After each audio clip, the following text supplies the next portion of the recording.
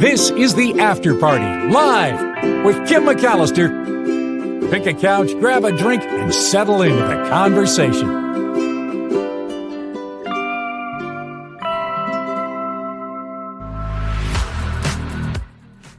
Hello, everybody. Boy, that was loud. It is the After Party live on a Waterfall Wednesday, and thank you for being here. Thank you for your patience. Thank you for hanging with Mo and I as Mark deals with the power outages at the, as I call it, the Thompson Estate. And thank you to everyone for contributing to the After Party live. First things first, could you thumbs up it? And could you subscribe if you haven't subscribed? Awesome. Thank you for doing it. I appreciate that. Huge thank you to Wes, who threw in a $5 today via PayPal. Meredith with a recurring PayPal contribution. James S. Jane O. Another one from Wes. You guys, thank you for contributing to the After Party Live and keeping this show going. There is something weird in the neighborhood. No, there's something weird going on off the coast of California. At least it looked weird to people. And I could say that finding this in the ocean might be disconcerting. This strange bubbling of the sea. What gives? What is happening? Why are there bubbles? Why is the ocean frothing? Is it pollution? Is it the world ending? What's going to happen? Well, this is now a phenomenon that is easily explained. This mysterious bubbling off the coast of California is all due to an underwater construction project, but it sure got people talking. People were thinking, is there submarine activity under there?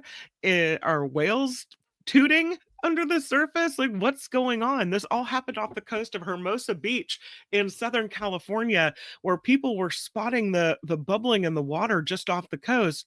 They thought maybe it was bluefin tuna activity, maybe aliens. Again, the farting whales. Nobody knew. It turns out that it's all because of this work on fiber optic lines that cross the Pacific Ocean from California to Asia. Did you know we had fiber optic lines running from California to Asia? That seems like a lot of lines. The man overseeing the contract work said Meta, the parent company of Facebook, is planning to add a line in the coming months, and part of the preparation process involves blowing air through these lines to make sure all the ducts are working properly. So they're blowing air through the lines. The air has to go somewhere, and out it comes through the surface. The city of Hermosa Beach had issued a construction notice related to this project. They warned of street closures next to the shore, but they didn't mention the work off the coast and that there might be some bubbling, some concerning looking things happening in the ocean. But yeah, apparently they're just blowing the air out of the lines. There you go. That's the bubbles in California.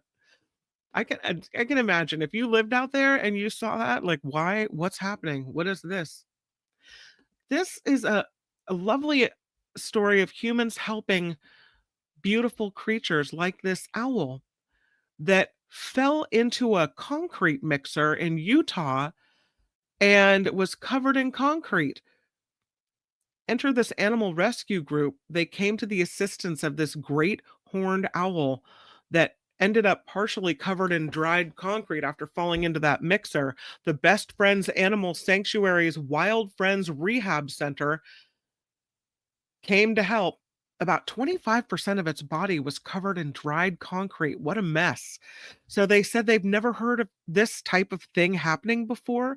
They had to call in other wildlife rehab folks to help figure out how to deal with it, did some research, and then the team came up with a plan to help this owl.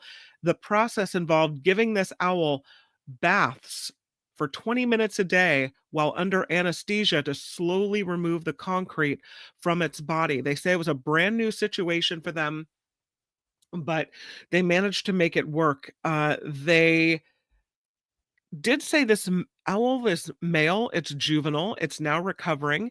It was able to reach a 6-foot high perch without assistance. So that's a good thing. They say this owl will be kept at the Best Friends facility until the spring or summer. being rehabbed so it can molt its old feathers and regain full flight abilities.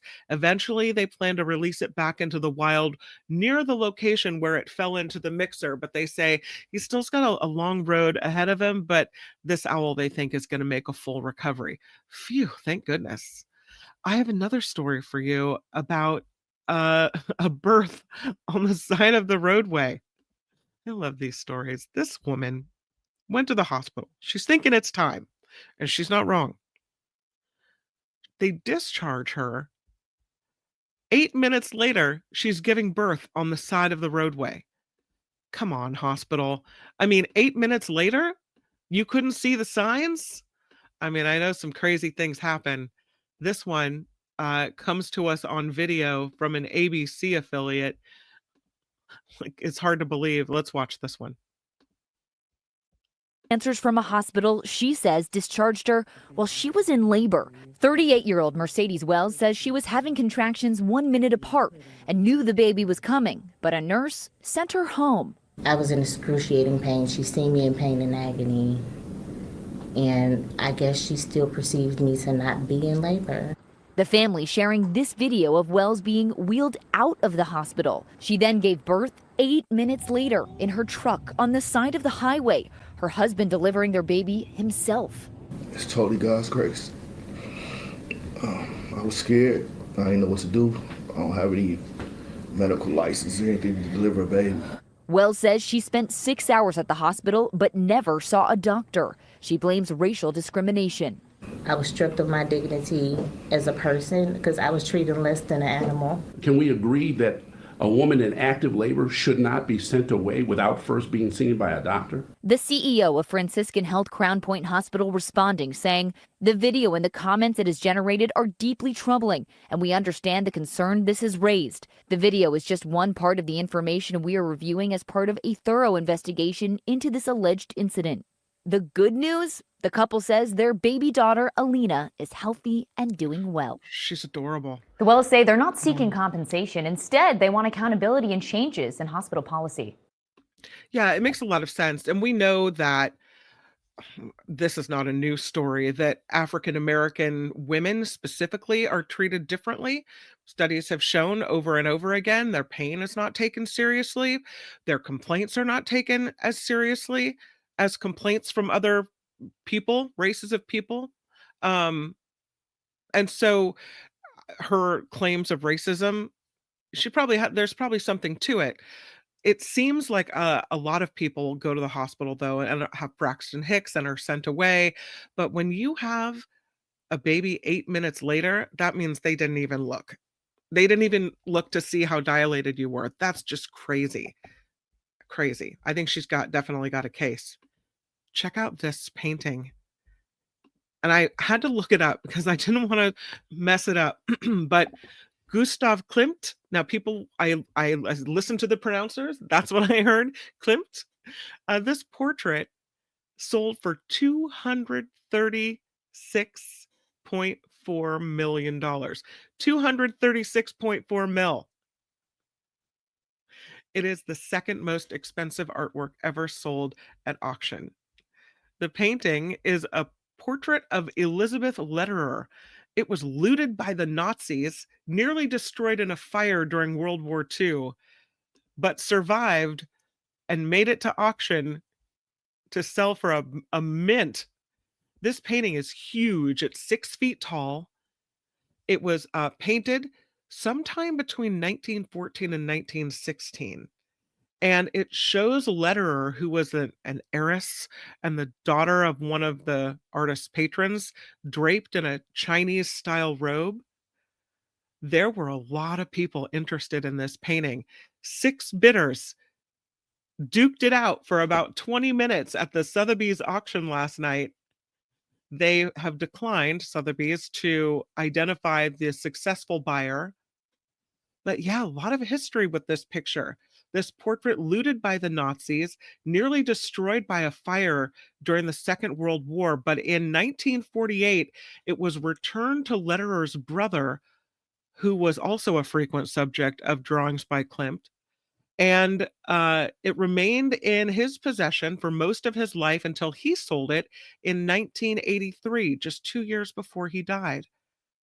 Then the painting became part of the private art collection of the heir of Estee Lauder, Leonard Lauder, who displayed it in his Fifth Avenue home in New York, except for brief periods when he lent it out to galleries. He died in June. He was 92 years old, Mr. Lauder. And now it goes up for auction again. And there's an art historian who worked as Lauder's art advisor and said this was the jewel of his art collection. He said he ate lunch whenever he was at home, and lunch would be a little round table set right by that painting. So he really loved it. This painting, one of two full-length Klimt portraits that remain in private hands, they predicted it would sell for more than 150 million. But boy, did it smash those expectations. That's a lot. 236 million point four. 236.4 mil. When he bought it, the Lauder family bought it, it was 135 million in a private sale. So again, they knew it was going to be a big to-do. The most expensive piece of art ever sold at auction was a Salvator Mundi by Leonardo da Vinci. That was the name of the piece, was Salvator Mundi, and it was painted by Leonardo da Vinci, and that sold in 2017 for $450 million. So that's pretty big. We'll never see that one. Maybe we'll see it in person at a gallery. Crazy. I know. We go from the cultured to, you could say, the uncultured. Yeah, it's another Guinness World Record, and I just have to say, why? This guy manages to shove 81 matches up his nose, earning the world record. Those are some big nostrils. It almost looks painful. Ugh. This man is named Martin. He's 42. He said his children were enamored by the latest edition of the Guinness World Records book, and they said it would be so cool if he broke a record of his own. And so he said, well, I'm not good at anything. What am I going to do? I'm not good enough at anything to be the best in the world at something. But he said after his kids showed him all the different world records, he started thinking he might be able to find a shot at one that he had a chance at breaking. So he landed on the record for the most matches held in the nosy. The previous record was 68. He said after doing the trial run, I discovered I could both stretch my nostrils a lot and also ignore the pain from putting those matches in there. So I would say, he said, I'm a natural. I did try to find a good technique because matches kept falling out of my nostrils. 3 inserted matches meant 1 or 2 falling out. He said, I did some more trial runs and eventually found a technique that could minimize the number of matches falling out.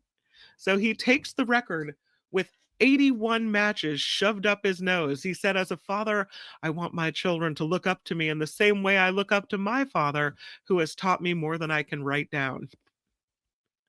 He looks like a fun dad, maybe? I don't know. A fun dad with very big nostrils. I'm going to the chat. How many could you fit in your nose? Would you even want to? I don't know. Sandy says he's not even single. I see a ring on his finger. Wonder what his wife thinks.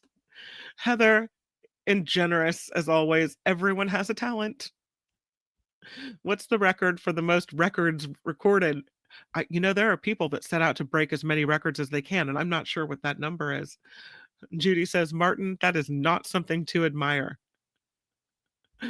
Knows now. What else later? Oh, God. No, don't think of other orifices.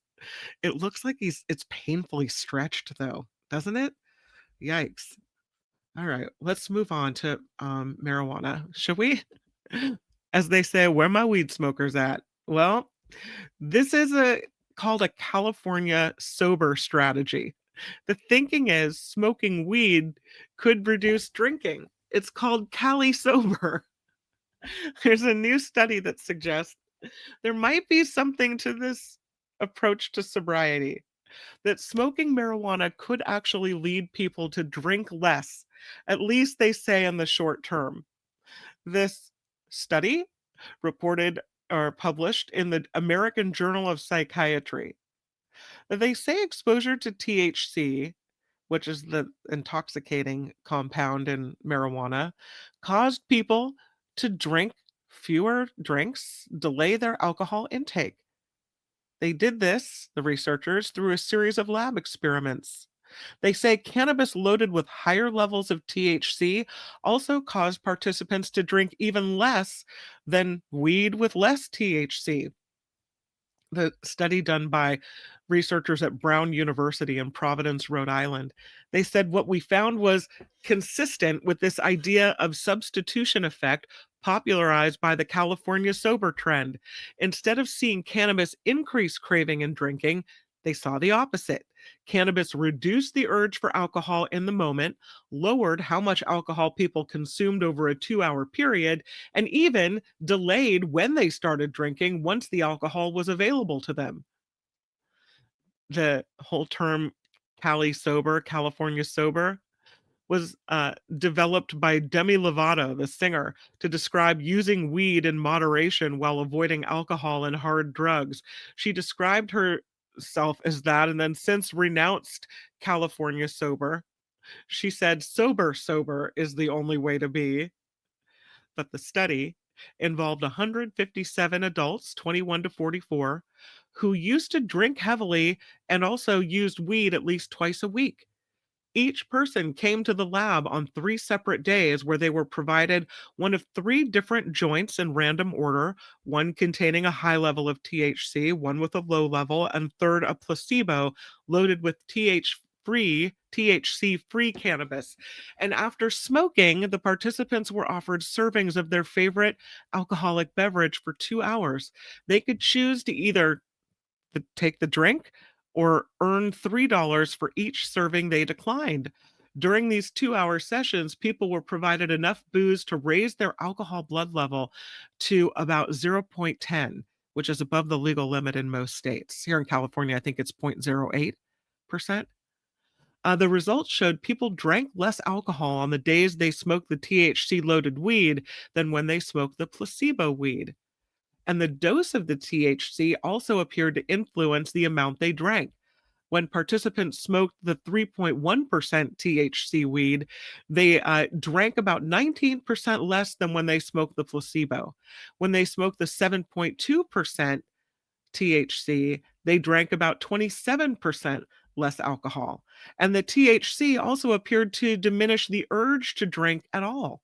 Those smoking the 7.2% marijuana took significantly longer to sip their first drink than when they smoked the placebo. And so the researchers concluded that cannabis reduces the urge in the moment. What they don't know from this study is what the long-term effect is. They said the results shouldn't be read as a recommendation that people substitute weed for booze because they say cannabis can be addictive as well. And there is a risk that it might increase drinking among people who tend to combine cannabis with alcohol to enhance the effects of each, or if they use both together in some type of a social setting. So, but it turns out Cali sober might actually be a thing. From that to depression. And a lot of people suffer from depression. And there's a new development showing brain implants may be promising when it comes to treating depression. These brain implants that deliver electric pulses can ease depression in people who don't respond to medicine. The study was done, and half of a small group of people who received the brain implants experienced significant improvement in their depression symptoms. This published in the journal Nature Communications. More than a third of study participants wound up virtually depression free following the treatment. It's called deep brain stimulation. And so the researchers say it shows real promise at tackling treatment resistant depression, which can have a really big impact on people's lives. The study done at the Department of Neuropsychiatry and Neuromodulation at the University of Cambridge in the UK. The deep brain stimulation involves inserting electrodes deep into the brain where they transmit mild electrical pulses. They say it's being used to treat a range of neurological conditions, including Parkinson's disease. I know Ron Owens had that done and was hugely helped by it. But this is one of the largest studies to show the deep stimulation of specific brain regions can also treat depression. The studies shows, they say, how the brain is impaired in depression and highlights potential of this deep brain stimulation for depression. Now, I said it was done in the UK. That was one person who was involved, but the study was actually done in China with only 26 patients. And they go on to talk about exactly how the study went down. Again, it's all published in the journal Nature Communications if you're interested. But I thought it was a kind of a cool story. I don't know if you have heard what was going on with this. I put the picture in. This is this 31 Atlas Comet. And people were thinking that it wasn't a comet at all, that perhaps it was some type of alien that's fast moving. What is it? Well, there's some studies done. NASA is now concluding this is not an alien hurtling through space, but it is the 31 Atlas, a comet traveling through the cosmos, only the third known interstellar object observed in our solar system. They say it poses no danger to Earth, and it is not an alien spacecraft, even though there was a lot of speculation and rumor that, yes, it might have been. They used the James Webb Space Telescope, the Hubble Space Telescope, and Lucy, and looked at all of the images together as this interstellar object travels through our solar system. And what they said is, yeah, it's not. They can see in those other images the gas and dust surrounding this comet. And that's how they know that it's not some kind of alien spaceship. Again, it's only the third object ever identified as entering our solar system from elsewhere in the galaxy. They say it flew within 19 million miles of Mars in October. It won't get any closer to us than 170 million miles away. When it was first discovered, it was traveling 137,000 miles an hour, pulled by the sun's gravity, and the speed increased to 153,000 miles an hour when it made its closest approach to the sun. And when it was in that area, 3 spacecraft had the chance to document this comet, including the Mars Atmosphere and Volatile Evolution, or MAVEN spacecraft, which provided a composite gas spectrum image showing what they call science wiggles coming from the comet.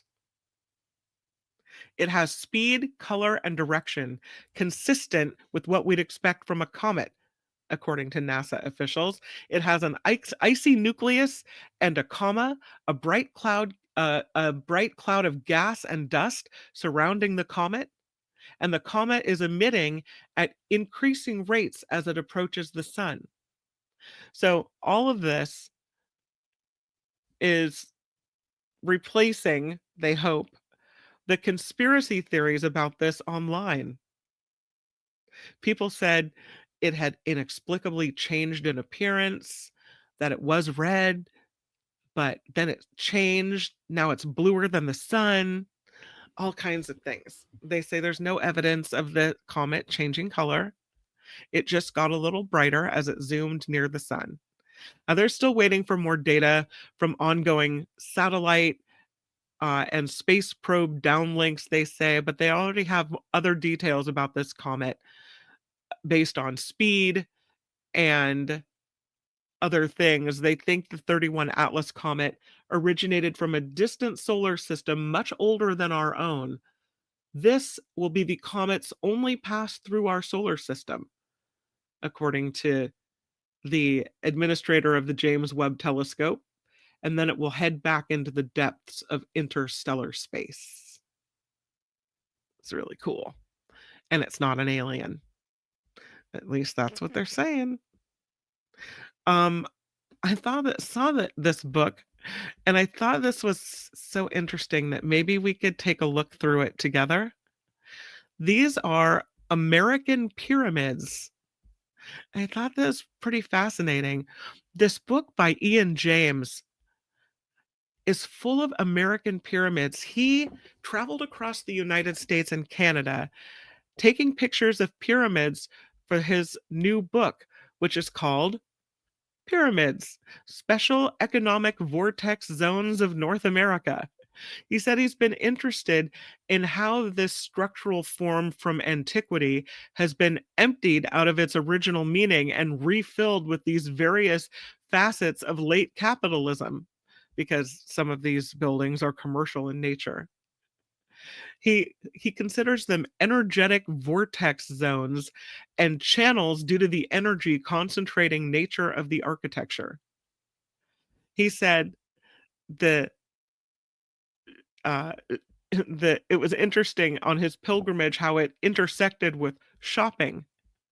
He's been thinking, he said, of these pyramids sites of late capitalism, and to visit them as a performance in the state religion of capitalism. And so Dezeen has pulled 10 of them from his book, and I thought perhaps we could experience them together.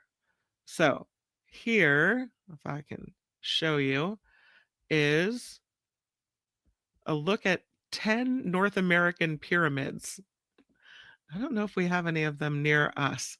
I'm sorry, I have to take this picture away so you can see this picture behind it. There you go.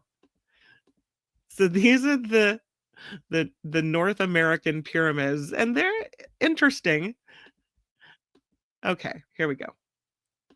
This one, hold on, my apologies. I'm trying to make everything work over here. This one is the Meditation Pyramid. It is in Taos, New Mexico. It was finished in 1980. It's one of these, according to the author, one of the earliest physical manifestations of his earthship architecture and building theories. Michael Reynolds is the one who built the pyramid. It sits on a windswept private area of land just outside of Taos, New Mexico. It has a rustic, minimal interior with 2 levels, and the upper chamber features a circular window of colored glass bottles. That is what that one looks like.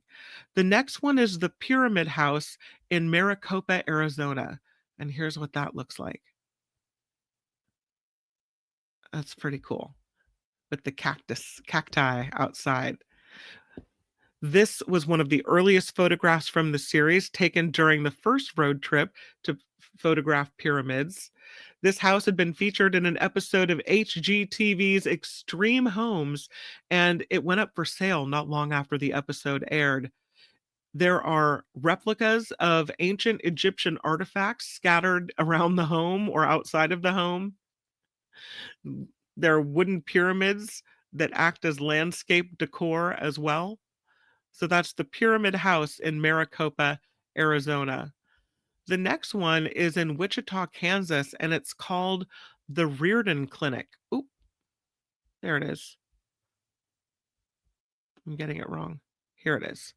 There's the Reardon Clinic, this pyramid in Wichita, Kansas. This is part of a larger campus of pyridomes that resemble a retro-futurist Mars habitat. The Reardon Clinic was an early practitioner of functional medicine. They specialize in health treatments like high-dose IV vitamin C injections, ultraviolet blood irradiation, and prolozone therapy, which involves injecting ozone into the ligaments. None of this sounds right. Apparently, it's surrounded by nature. in this compound in Wichita, Kansas. Here's another one. This is the Memphis Pyramid in Memphis, Tennessee. This one looks, as they say, highly commercial. It's got a Bass Pro shop inside, Ducks Unlimited side on the outer pyramid surface, I guess you could call it. It's in Memphis, Tennessee. It's called the Memphis Pyramid. Before, the Bass Pro Pyramid in Memphis, Tennessee was notorious for all kinds of lore, including severe plumbing issues causing the toilets there to back up during the opening concert of the pyramid, which was the farewell performance by Naomi and Winona Judd. In addition, the founder of Bass Pro hinged the decision to lease or not lease the structure as the company's flagship store based on whether he caught a fish on his next cast from his boat, while deep in discussion about the matter floating just upstream from the pyramid on the Mississippi River. The next one is O.C. Grace Church, Garden Grove, California. And here is what it looks like. This church pyramid structure. There's a variety of Christian congregations that operate out of this pyramid. The current tenants are a Seventh-day Adventist community. They believe all followers of Christ will be taken to heaven during the second coming, and everyone else's souls will be annihilated and no longer exist. The structure is sited within an older suburban neighborhood in Garden Grove, California. Here's the Imagination Pavilion in Orlando, Florida. That's kind of a cool looking pyramid. Built in 1982 inside of Disney World's Epcot Center. They've used it for several things. Sponsored by Kodak until 2010, its thematic focus was on the history of photography and a celebration of the concept of imagination. Apparently, there was a bidding war between Kodak and Fuji for the sponsorship. The changing tides, they write, of the photo industry had Kodak pull out during its brush with bankruptcy. This is the Switch Data Center in Grand Rapids, Michigan. It's kind of an interesting office building. Constructed in 1989 for $111 million, it's a 7-story pyramid intended to be the Steelcase Corporation Office Furniture Design Center. They say it was supposedly praised by Egyptian engineer consultants, but it was left sparsely populated after waves of employee buyouts and then layoffs in 2009. They tried to turn it into an education campus, but that fell apart. And so Las Vegas-based data center company Switch bought it. They requested some tax breaks and got them. And now this facility is the largest data center east of the Mississippi River. The guy that took the pictures said there was a security guard chasing him around the perimeter of the site multiple times, trying to get him to stop taking pictures of the structure because of the data held within. This is the summum. It is in Salt Lake City. Look at that, just sitting right there in a neighborhood, this pyramid. A sanctuary and a temple for the Summum religious organization. The pyramid originally had to be licensed as a winery to comply with building codes of local and federal authorities. The foundation uses the golden ratio in its design and is aligned with true north, allowing the sides of the pyramid to face the cardinal points. It's positioned with the apex and the corners of the pyramid, and they are large Brazilian quartz crystals, apparently, within the apex and the corners. The teachings of the summum are those of Gnostic Christianity, the knowledge coming from revelatory experience, not intellect or faith. They practice mummification rituals on animals and humans. They have several publications, including Sexual Ecstasy from Ancient Wisdom. Those are the summums. Here's an interesting one. This is the Clark County Government Center in Las Vegas, Nevada. It's a pyramid. Did you know that? The pyramid houses the government center cafeteria. It's part of a larger complex that includes a tower, an amphitheater. The architects responded to the city's request for first class civic architecture when they designed the project, and they wanted the pyramid to evoke those of indigenous Central American civilizations and North American mound architecture. The next one is the Moody Gardens Rainforest Pyramid. This one is in Galveston, Texas. That's pretty. Lets the light in. This rainforest pyramid is one of 3 at this site. It was the first of 3 pyramids to be constructed. It is 10 stories tall, and it houses simulation of various rainforests around the world. In addition to plant life, the pyramid houses animal species specific to its featured environments, like ocelots, sloths, river otters, monkeys, birds, and reptiles. And there you go. Those are 10 of the pyramids in the book. And I thought they're interesting. Okay, so it is time for Waterfall Wednesday. Time to take a deep collective breath. And I have a couple different ones. We went to the Moose Cave in Maine on Monday, and very nearby is this.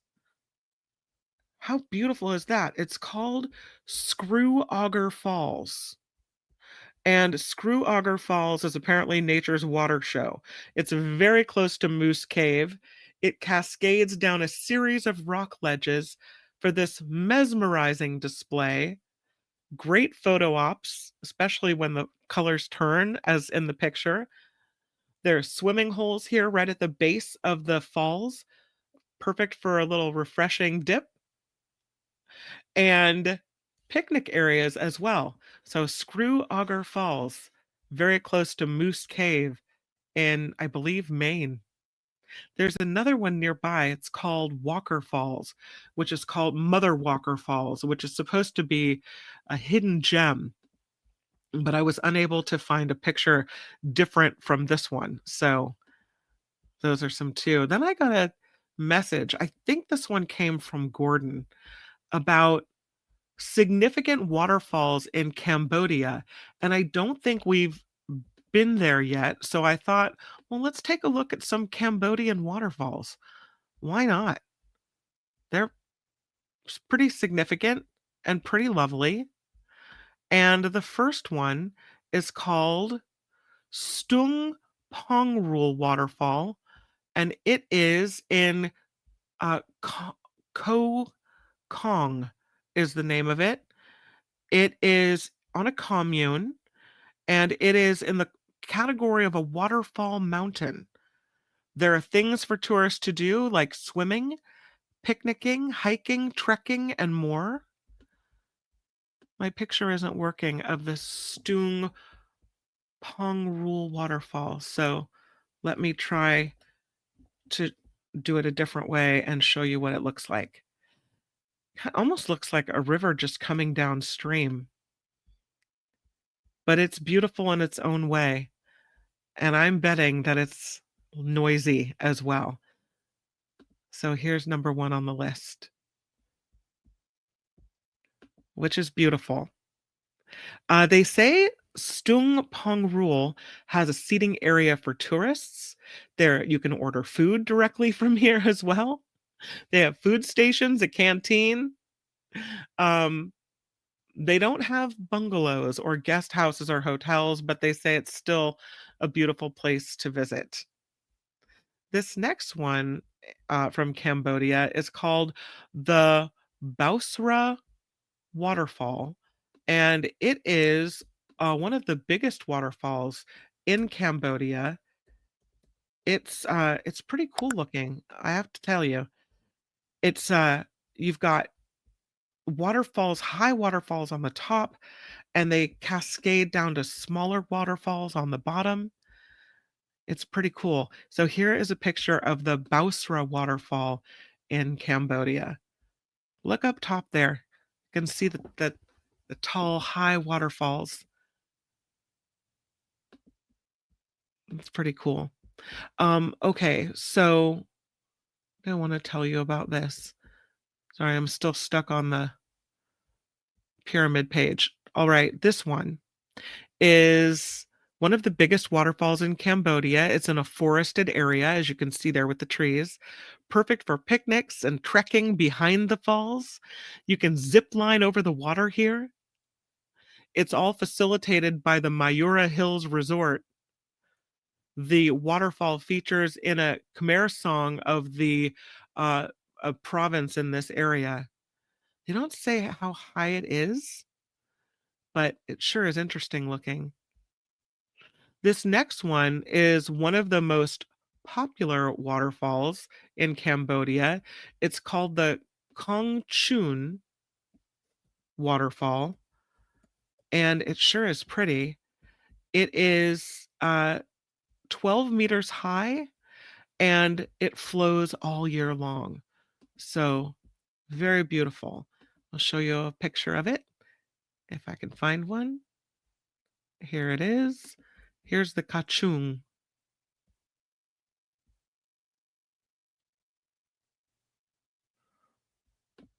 There you go.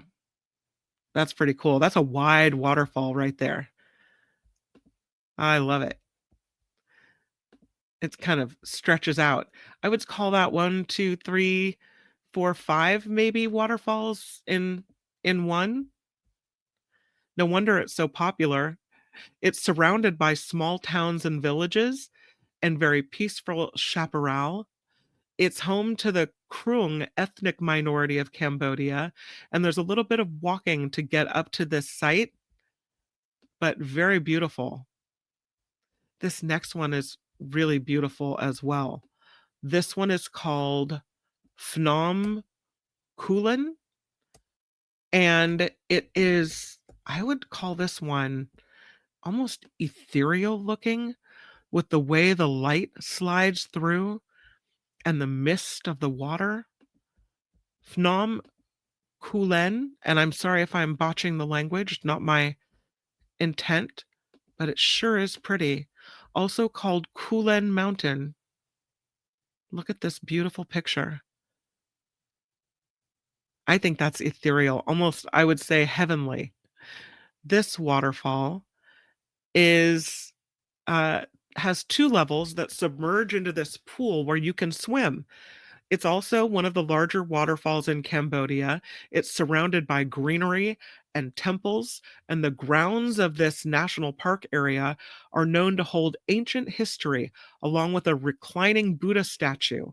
The waterfall is delineated by large trees and rocks and promotes the feeling of a secluded cove.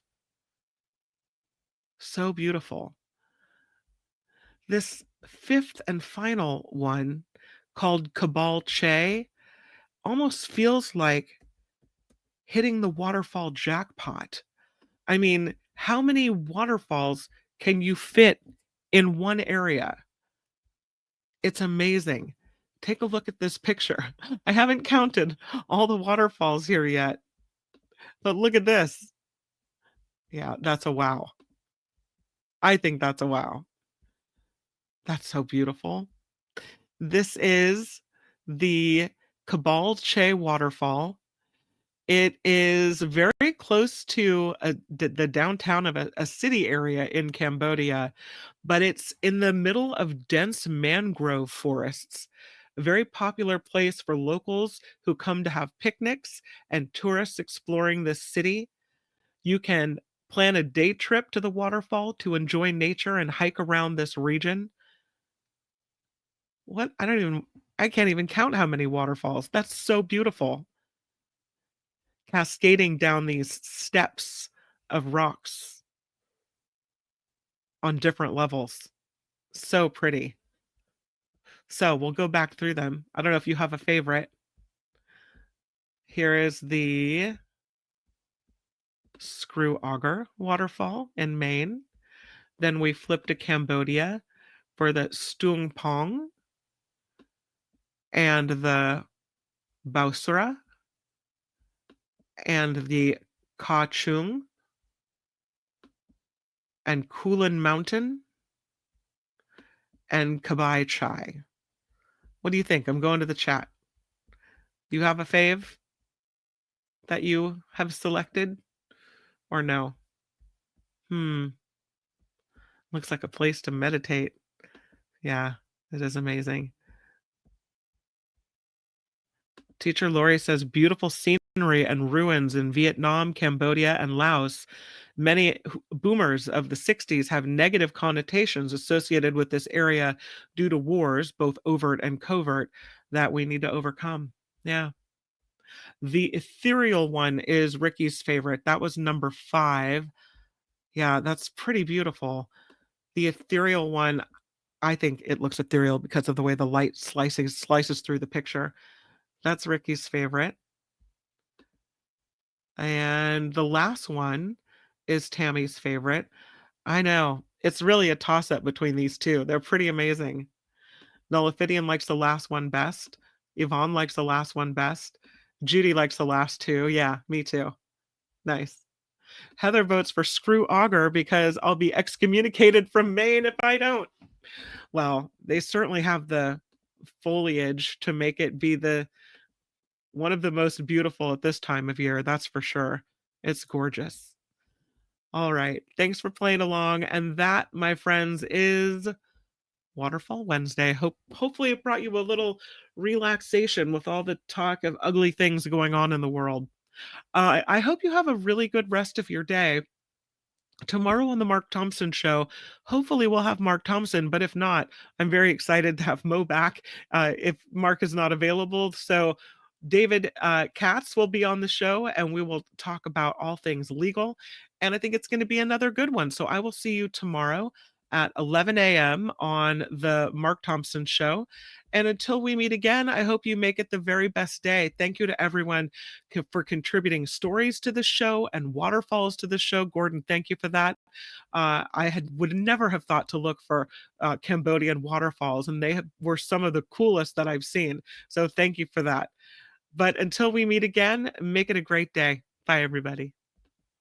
The After Party Live would like to thank the following contributors and viewers like you.